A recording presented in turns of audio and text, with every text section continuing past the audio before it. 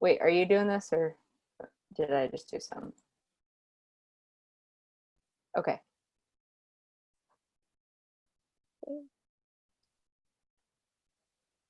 Are we oh.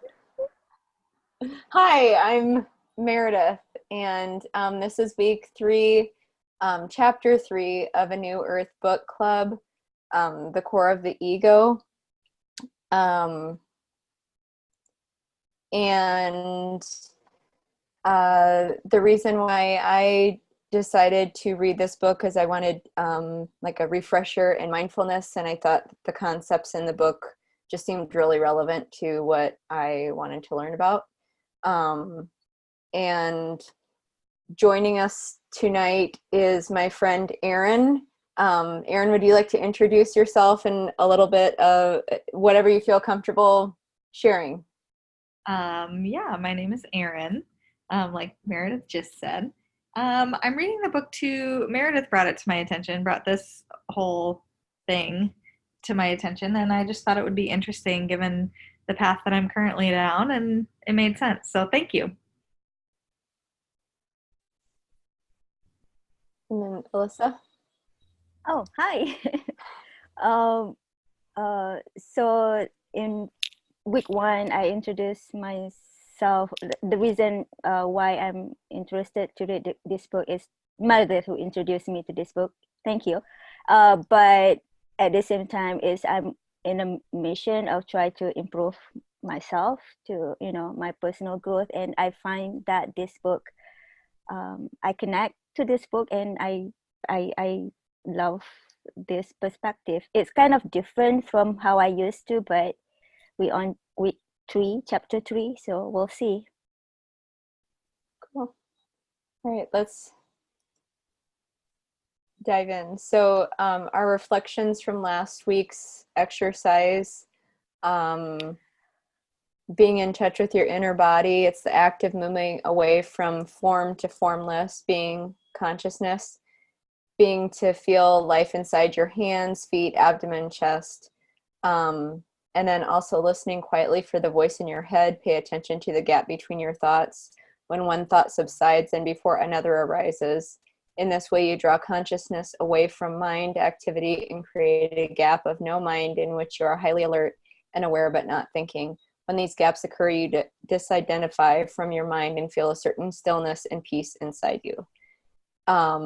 Would anyone like to open it up and share any big like moments that they had maybe practicing the exercise, or if you practice the exercise, or just thoughts in general on these concepts? I can go first. I did try this exercise. It's I'm not sure, like whether or not, for example, I just give an example. I was, like on in a shower, and I just try to feel like the inner side of my feet and my hand when I'm taking shower. I'm not sure do we need to be instilled to experience this inner body, but I did try when I was doing something and try to feel that inner body.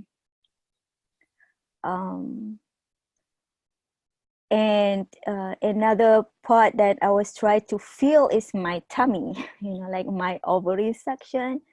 I'm not sure I really feel it. Or my question, I'm not sure whether or not it's right. I think that's my question, it's like, how do I know if I'm doing it right? Well, what? Oh, sorry, Meredith. Go ahead. No, go ahead. Go ahead. I was just gonna say, what do you mean you're not sure if you're doing it right? Like this whole exercise, or Like the feeling. How do I know?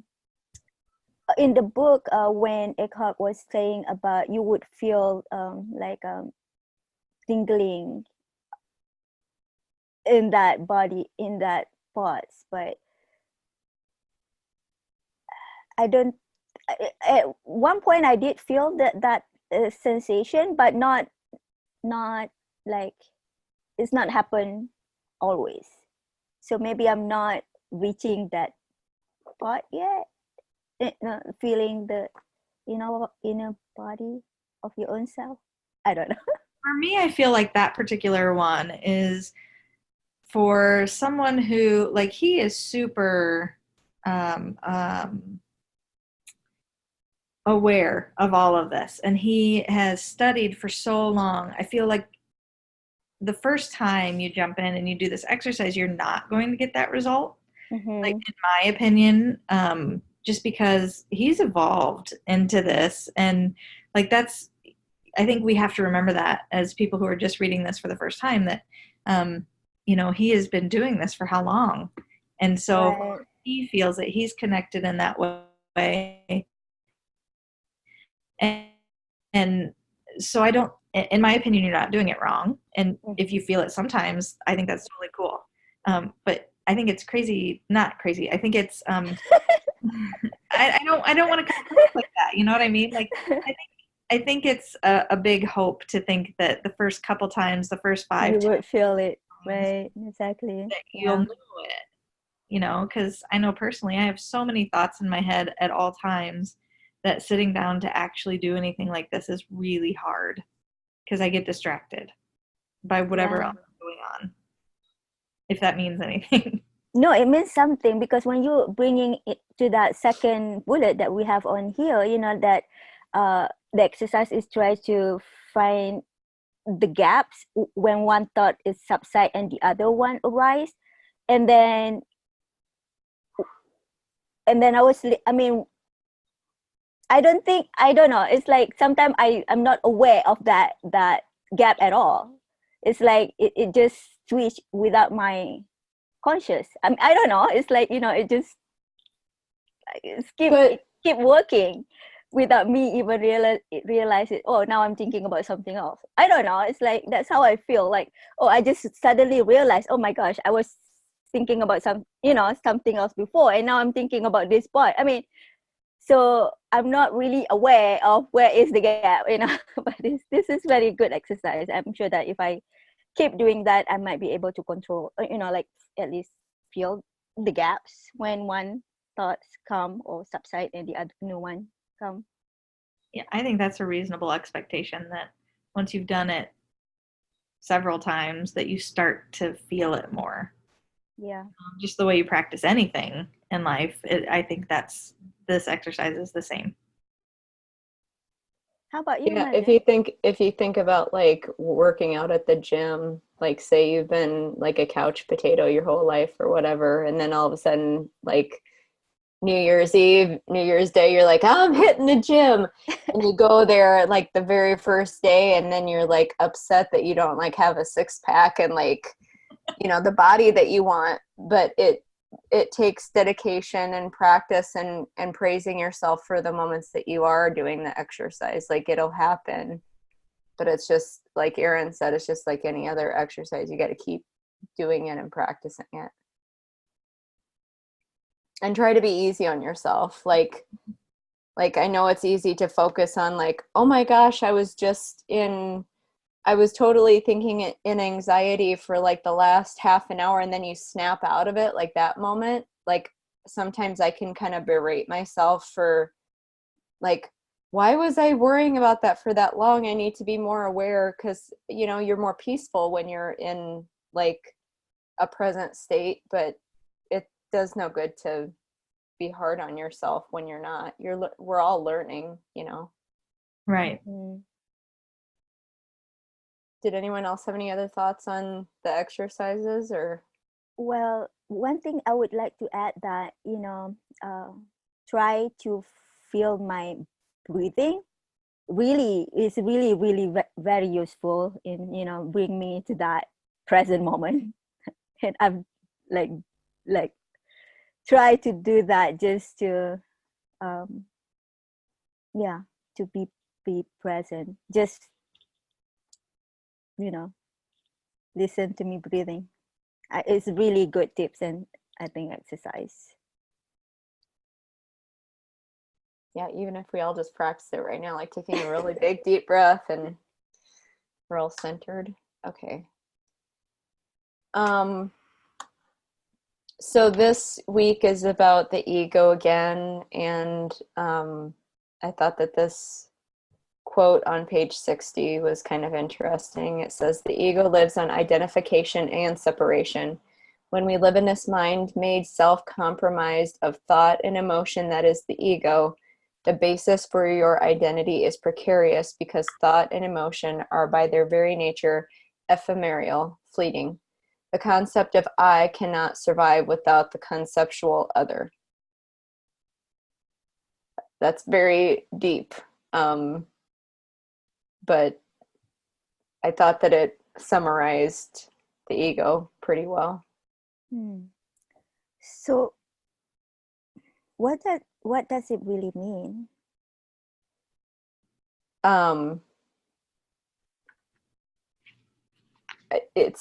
The part of our brain, it's describing like how that part of our brain survives, like why it was created that way.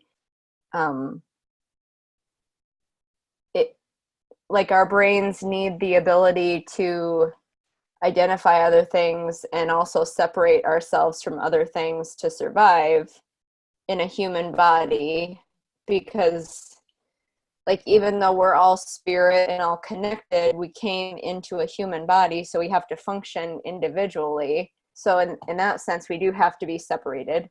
And part of our survival is identifying, I think, what's safe and what's not. So at least that's what I'm getting out of it.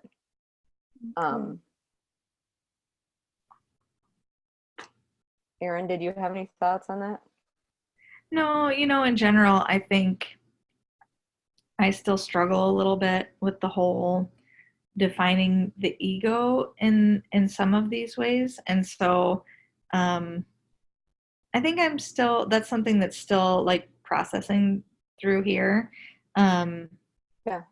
That just because I grew up thinking ego means like you're a jerk. You think so highly of yourself. Like, so in reading this, I'm still struggling with some of this and coming around to some of this. You know what I mean? So I don't have a whole lot of thought on this one in particular, just because I think maybe I need to reread even just to kind of let it all go in there in this brain, Yeah. It's a lot to take in. I think for me, the way that I take in information when he's explaining the ego, I take it down the best that I can do, down a scientific or psychological route as far as how human minds are wired and made up and what that consists of. Kind of like last week we were talking about the structure and the environment of the ego and how that's formed. Just with like brain development, I think, is kind of how he's explaining like the whole construct of the ego, or the belief pattern that we have to be separate from others. Like our brains took on that belief that we're separate from others, and that's where a lot of our, if we don't get out of the mindset that we're actually all connected, then it does cause a very divisive way of living life, I think. That's kind of what I got out of it. I like it. Yeah, at the end of the paragraph, just before the subtitle "Complaining and Resentment," he said a sentence that when I criticize or condemn another, it makes me feel bigger and superior. So is that the concept? I mean, is that the word "other" mean? Because it's like you have kind of like when you criticize other, it strengthens your ego. Is that what what it meant? So Because I can understand. I mean, I understand the last sentence when he said, because when I criticize or condemn another, it makes me feel bigger and superior. I mean, meaning make your ego feel bigger and superior, right? Mm-hmm. But then what I don't really understand is that the concept of I cannot survive without the conceptual other. What does it mean? Oh, I'm still trying to understand. I feel like separating yourself from other people allows you an out to not think about the collective well-being. When we're solely thinking about ourselves and our own survival and our own basic needs, that's a very divided way of living life.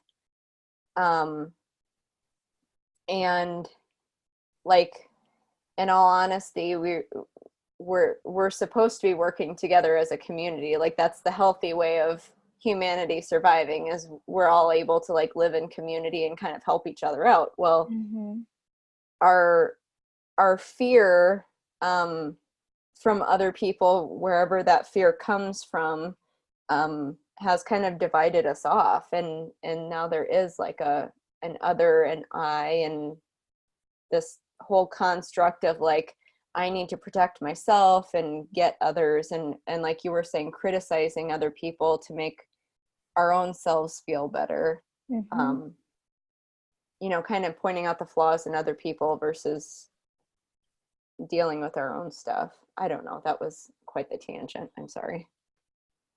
No, don't be sorry. Oh, that's a Tangent. great insight. Okay, are we ready for the next slide? I think so. Okay.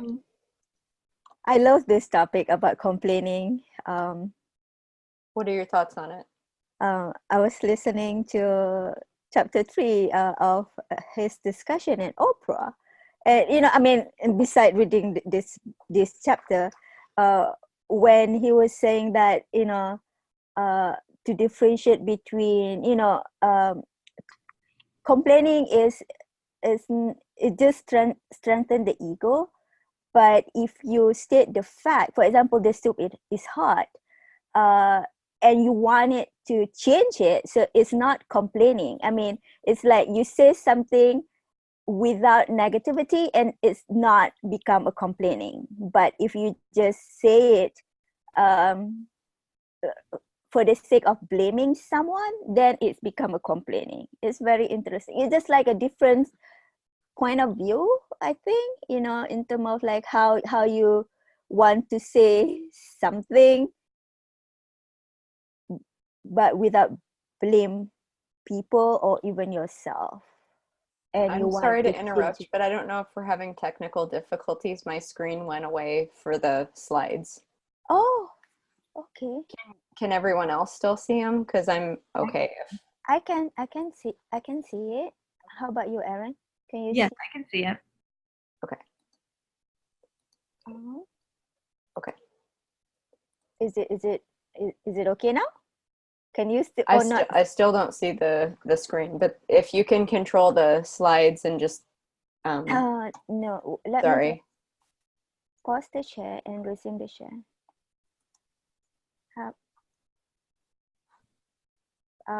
Now.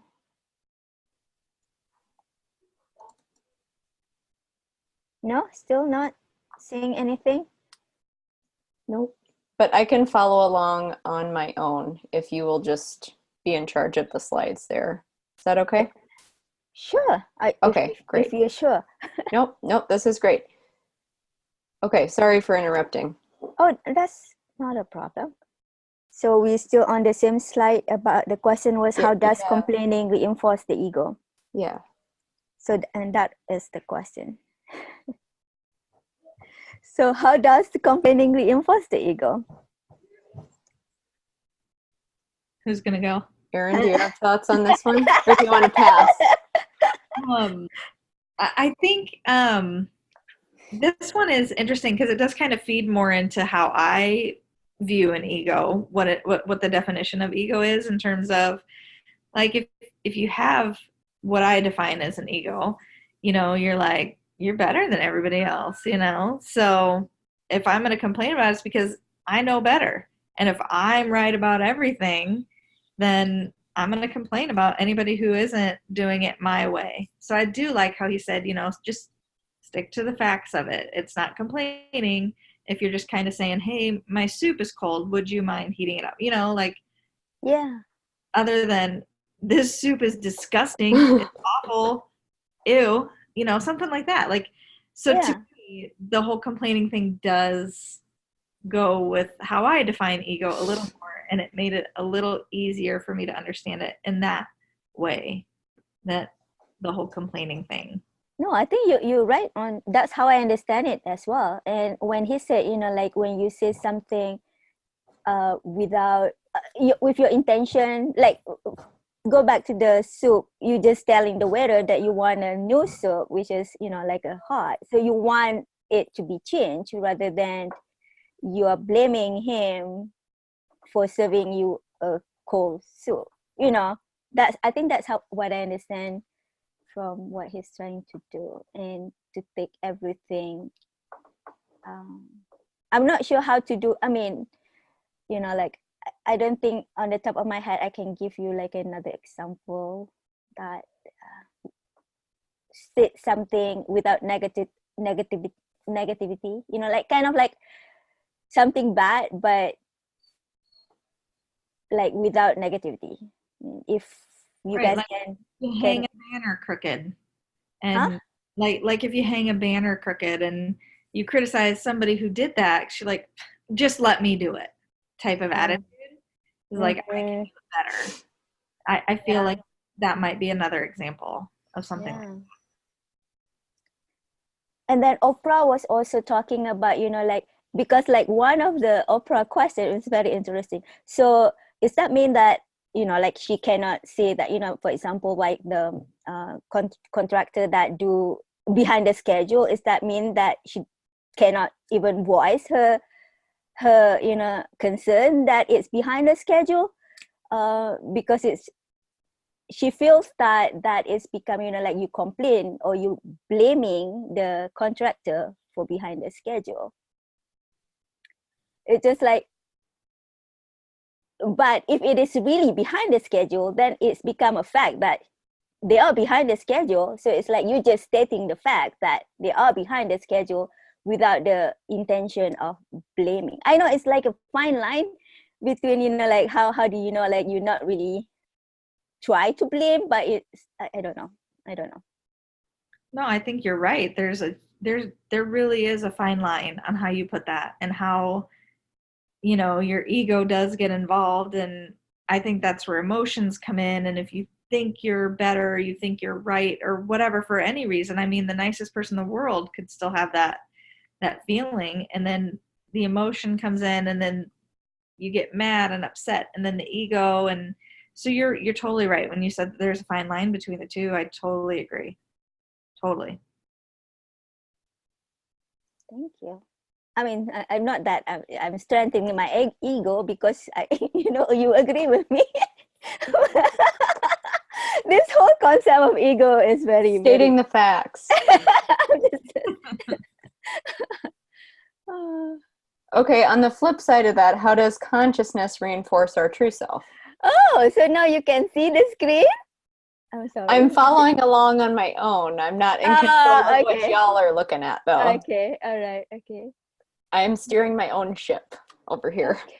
Well, Meredith, you didn't answer the last question, so I felt like y'all covered it very well. I didn't really have anything to add on that one. It was good. right, it was good. It was good. That's good. Okay. How does consciousness reinforce our true self? Well, I think if we go back to the complaining, if we just, you know, become like conscious about however we say things, just that is reinforce our true self. You know, like we try not to, I don't know, because there is another sentence that say you cannot try to do something, it should just happen, which is kind of like, I don't know how to explain that, when he was talking about, you know, for example, if someone say bad words to you, and then you feel the anger, and then you cannot try not to become anger, because it's like you have to accept that anger if you feel the anger. But if like reaching the higher self, you should not feel the anger, if that makes sense. Yeah, Oh. like for for me, if I am experiencing anger, I think connecting to my true self allows me to put it into perspective of like, okay, as a human, I'm experiencing the feeling of anger. Like I'm able to disconnect myself from the feeling and allow that to be, because that is part of our human experience, to have emotion and feeling. And experiencing anger isn't bad in itself. It's just how it kind of manifests. And if we like stuff it or project it out at someone, or you know what I mean? So like connecting to our true selves through consciousness or being present in the moment, like for me, that allows a disconnect away from all the frivolous things that I might be mad at. Might I not be like in the present moment, you know? Like there can be things that trigger me, and then I'm able to like center myself and get into the present moment and be like, is it really that big of a deal that the dog ripped up that pillow? No. Yeah. And then, you know, like move on with things.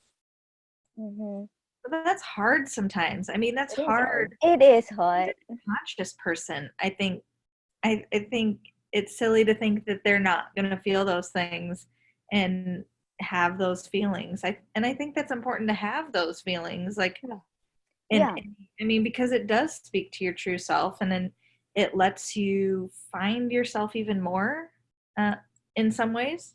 Then you kind of learn how you react to things. And so unless you're feeling those feelings, even as a conscious person, I mean, you have to have them. So you have to accept it, I think. Yeah, if you feel it, you have to accept, and then also be aware that that is your ego that tried to strengthening itself. And that is how I understand it. I don't think the point is to like not feel the feelings. I don't think spiritual enlightenment is about not feeling feelings, because that's the whole point. If you believe in reincarnation, that's one of the reasons why we come here to be humans, is to have the feelings that humans have.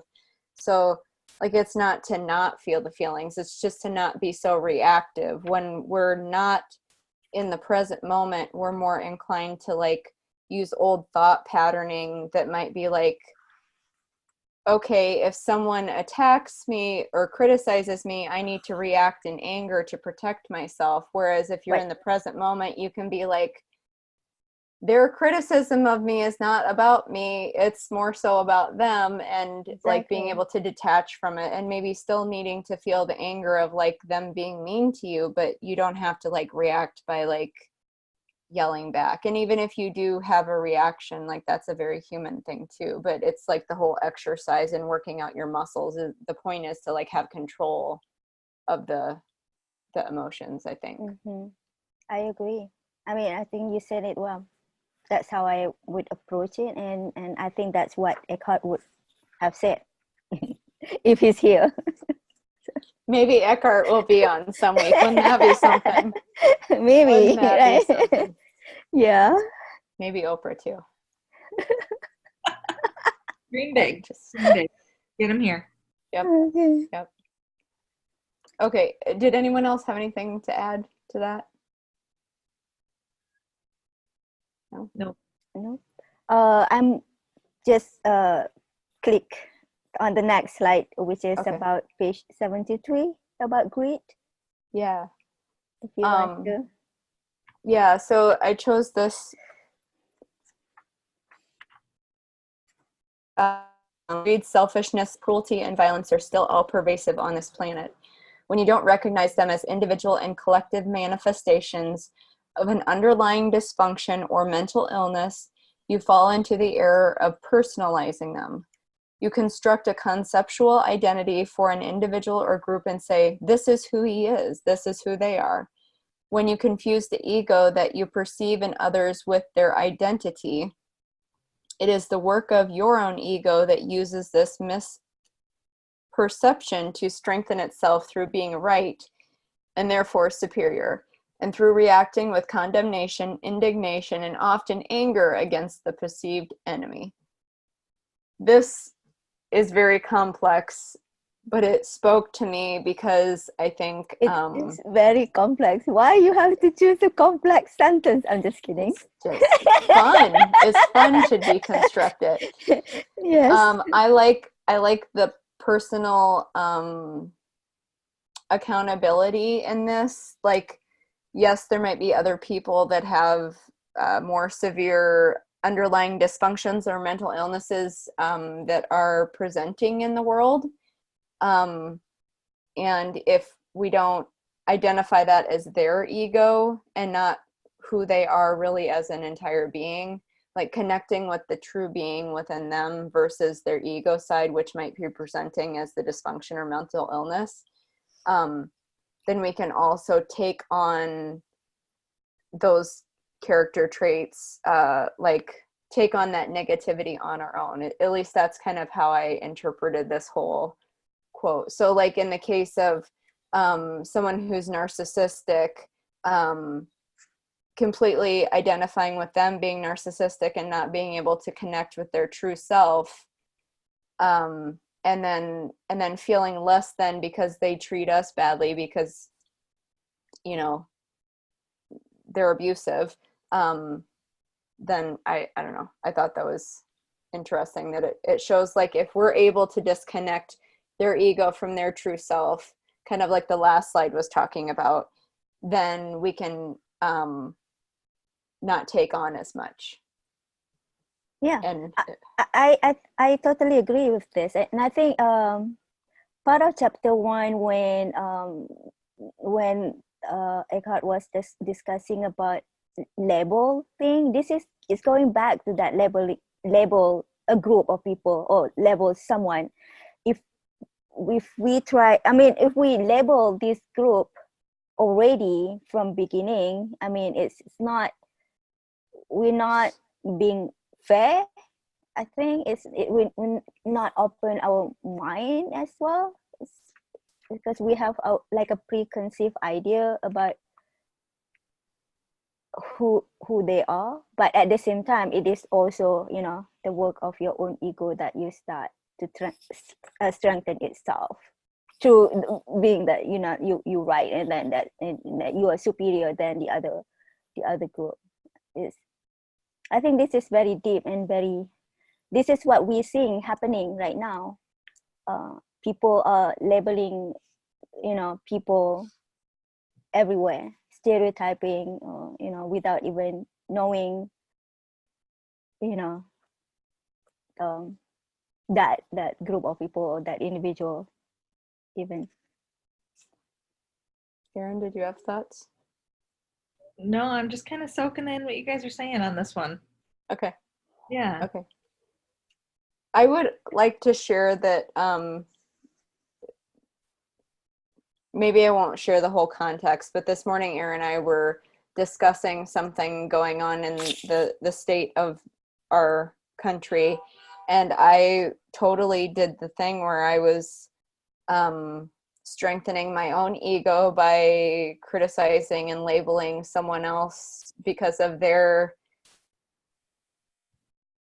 dysfunction and mental illness presenting, and I'm doing it again right now because it's making me feel better about myself. So it's a good teachable moment. This is what it looks like in real time, is like talking about political things and then, you know. Yeah, but then we, you know, like bring it to present moment, being conscious, and then, Yep. you know, Start breathing. Yeah, and that is what we're doing right now, you know, we're having a talk about it, and then we can, yeah, right? I mean, it's not like everything will be perfect from beginning. It's a steps by step things, and as a human we make mistakes, I mean, right? Yeah. Well, and to a certain extent, it was the truth, right, Erin? Yep. Okay. And clearly have a passion around it. Yeah. And Which is great. that's okay. Yeah, I agree. Yes. Because if we didn't have those feelings and didn't have passion about something, we would live this, spiritually woke life, but it would be flat. There wouldn't be anything that Mm-hmm. really just gets us going and gives us motivation, in my opinion, some outside factors. And so to an extent, you have to feel that way. And to a certain extent, as a human, I think it's part of our work to come to earth and figure out our value system and align with it when we see things that align with our values, and maybe also speak out against inhumanities or things that go against our value system too, like you were saying, Erin. Like that's why we're here, is to have an experience, and not reactivity, but aligning with things that make us feel things. Mm-hmm. Yeah. So the next slide is, what is our true identity? I don't know.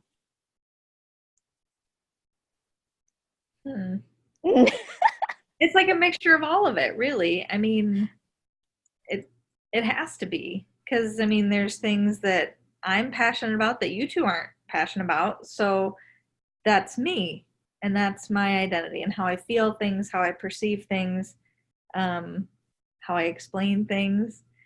It's all different than what either of you would say. So my true identity is my own, based on, not just those things, but those things in part. And I think that, yeah, I think that's what makes us individuals, in a But sense. yeah, but now you are associating yourself with your thoughts. So it's not really your higher self. That's what Interesting. that's what Eckhart, I think that's what he would say. Um, because in chapter 2, we talk about I am, like without even finishing the sentence, I am, like you are.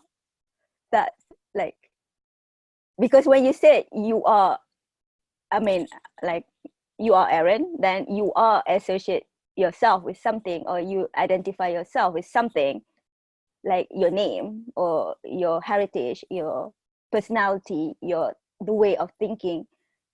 But I don't think true identity in this case is you associate with something, unless I'm wrong. I don't know.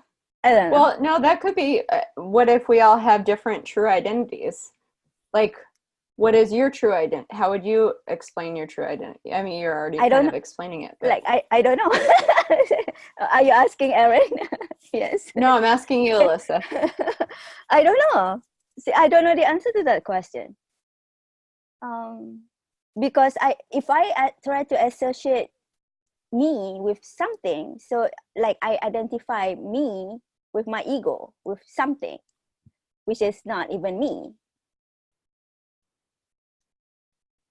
When you say me, are you referring to like your spirit self, or your like observer Yeah. role? Yeah. Yeah. Okay. Yes. Yeah. We did talk about that. So like the formless Yes. spirit part that is you, that's experiencing all I this right think the now. true identity over here is the formless part of it. I don't think it's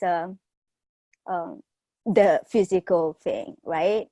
That is your true identity, mean, or is it Well, I just the mean, physical? one could say, like Erin was saying, like we, again, if you believe in reincarnation, like we choose our bodies and our experiences for a reason. So it's kind of like if you go on a ride at an amusement park, you're choosing which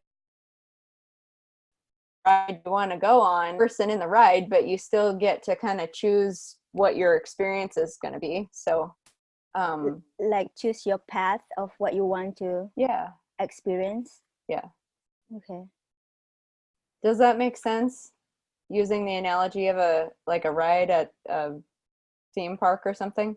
Yeah. So your answer, if how would you answer this question? What is our true identity? Would you say it's unique to individual? Is that how you would answer this question? I would answer my true identity is the spirit portion of myself that knows more than my human brain. But that portion of me, the spirit part of me, chose this body and this experience for a reason. So I have to feel like that the ego side of who I am is important to my spirit as well. Otherwise, why would I have reincarnated? So, kind of like Aaron was saying with like everyone is having their own unique experience. I think it's like it's a very fine like dance almost. Like the true self, the spirit self is like working with our human aspect to create who we kind of really are. Okay. Because Aaron's just nodding nicely, like yeah. and then and the reason why I was laughing because I don't know the answer to this question. If you ask me, like I can explain about like who I am, like physically, the way I talk or think, that kind of thing. But when I think this question is very deep. I don't know. Yeah. I don't know the answer to this question. Okay, another a question that I would like to throw out to both of you is so like the folks who do clearly have maybe more dysfunction from their ego presenting in the world, or a more severe, maybe more like a toxic personality. Mm-hmm. Do you think that is part of their true self as well, or do you think that like No. do you think that their spirit self chose that experience for a reason though?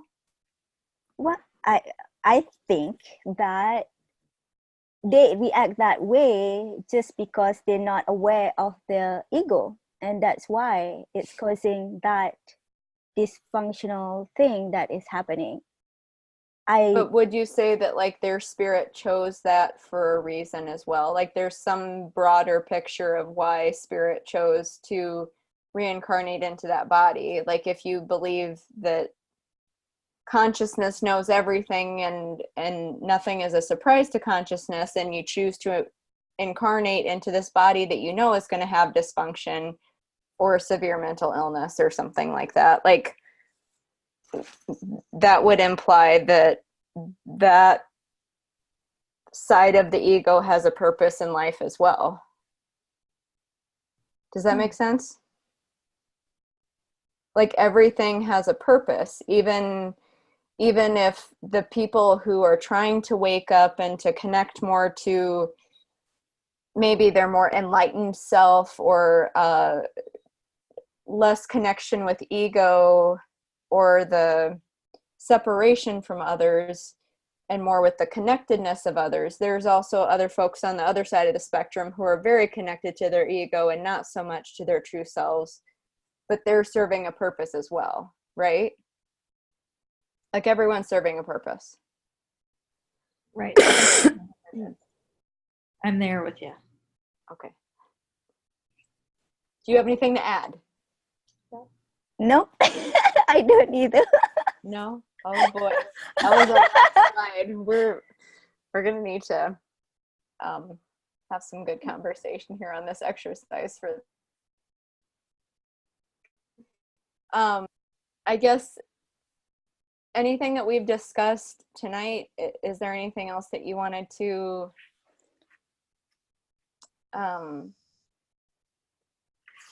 I mean, does anyone have any insight on any other exercises, like a reflection from last week's exercises to connect more to the true self or the observer role?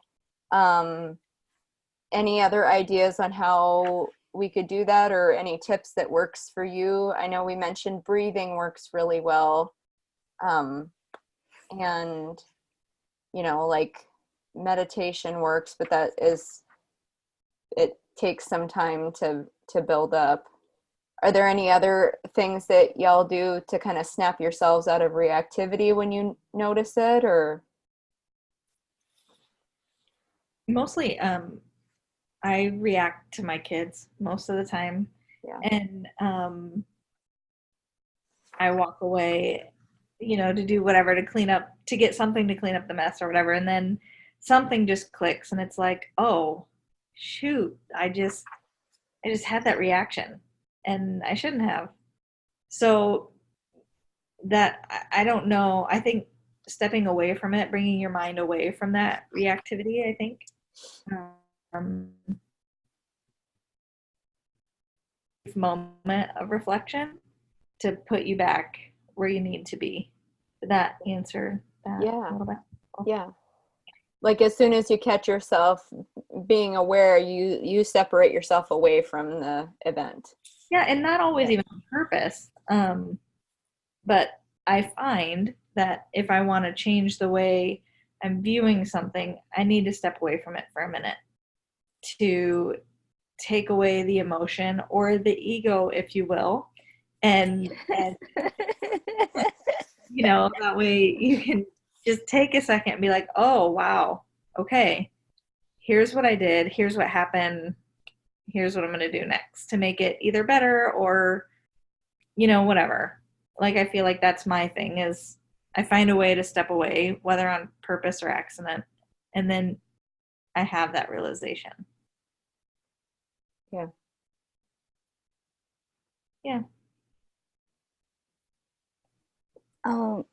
So for this week exercise is practice using mindfulness to remind that you're not your thought. Is this like try to bring to your present moment, like, or is it this is more like a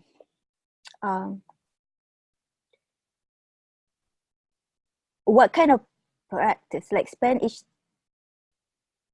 time each day silently connecting. So maybe my question is about how do you do that? How do you do that? I listen to guided meditations a lot because I know like some people are able to like sit in meditation and just listen to the refrigerator running or the air conditioner running. I tried that. I experience ADHD, so I like that works for about 30 seconds and then I'm already thinking about other stuff. So I always have to use guided meditations that purposely help me guide my thoughts and kind of recreate some thought patterning, I guess is how the easiest way that I do it. Or just like, yeah. So what okay, when you meditate, what is happening in your mind at that time? Are you thinking of something or just like blank? Occasionally my mind will wander, but I'm listening. I'm actively listening. I'm telling my ears to listen and I'm focusing on my breathing. I really like this one meditation. It's Ujjayi breathing. I probably just ruined the pronunciation of that, but what it is you breathe through your nose and then you like push the breath out through your throat, so it sounds like an ocean kind of. It's like, and it's very deep, and like hearing that noise and it's connected to your body, that kind of helps stay centered. Nice. Yeah. So basically you just being aware of everything, right? I mean, whatever that, even if you in that guided meditation that you're listening to, it's more like about bring yourself aware of your surrounding. Can I say that? that way? It's trying to connect from your surroundings and train your brain to focus better. Okay. I From what I gather of meditation, it's to extend the amount of attention that you can focus on something and keep increasing that. So like if our ability to focus our attention on staying present and in the moment, if that portion of our brain keeps getting exercised, then the amount of time that we can stay present, like Eckhart Tolle, I'm sure is totally able to do from the time he wakes up. Like, you know, focusing your brain on like, now I'm going to do this and not thinking of all the chitter chatter or whatever. You know, and I'm sure that he still experiences anxiety too. Like that's a human thing. But the point is to be able to kind of, once it happens, like disconnecting from it and being like, oh, I'm experiencing anxiety, and then focusing your thoughts on something more productive. How long would you think that we should do this, like for each session? Is it 5 minutes? Oh, I would set the bar really low and go a minute. Oh, And okay. like, if you can do a minute and focus and feel great, then I don't know. Like when I first started meditating, I was not able to do 5-minute meditation. So you kind of got to play around with it. Would you close your eyes or no? I close my eyes, yes. Okay. But there are some meditations that you can stare at a candle. Well, I'm sorry, Erin. I'm sorry, I have to go. Oh, okay. But thank you very much for letting me jump in. Thank you for joining. Yes, thank you for joining, and for your hopefully input. you can join next week, right? We seeing you again next week. I'll look at my calendar. I don't know yet. I'm so Okay, sorry. that's okay. Don't be sorry. I mean, we happy that you're here with thank us you. today. Well, Yes. either way, I'll read the next chapter and I'll at least talk to Meredith about it. Okay. Awesome. Our next session is next week at the same time. You guys. Have fun. Bye. Bye. Bye. So are we closing? This is our conclusion. Yeah, we can go ahead and close it up. So join us again for chapter 4. It's about role of ego, I think. Let me check chapter 4. Oh my gosh, I'm not prepared.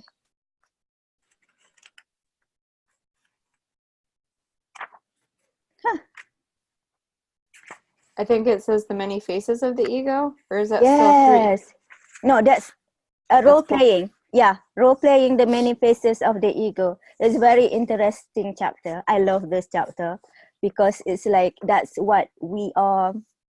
You know, like each of us have our own role. Yeah. Yeah. So this will be a very interesting topic for discussion. So if you all are interested to join us next week, there's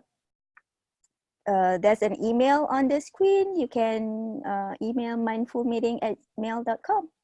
And And thank the you. exercise for next week is just practicing mindfulness for whatever length of period that you feel works for you, and increase as necessary, but just trying to practice it every day. Okay. All right. Will do. Thank you. Thank you, everyone. Don't forget to subscribe. Bye. See you again next time. See you next time. Stop recording.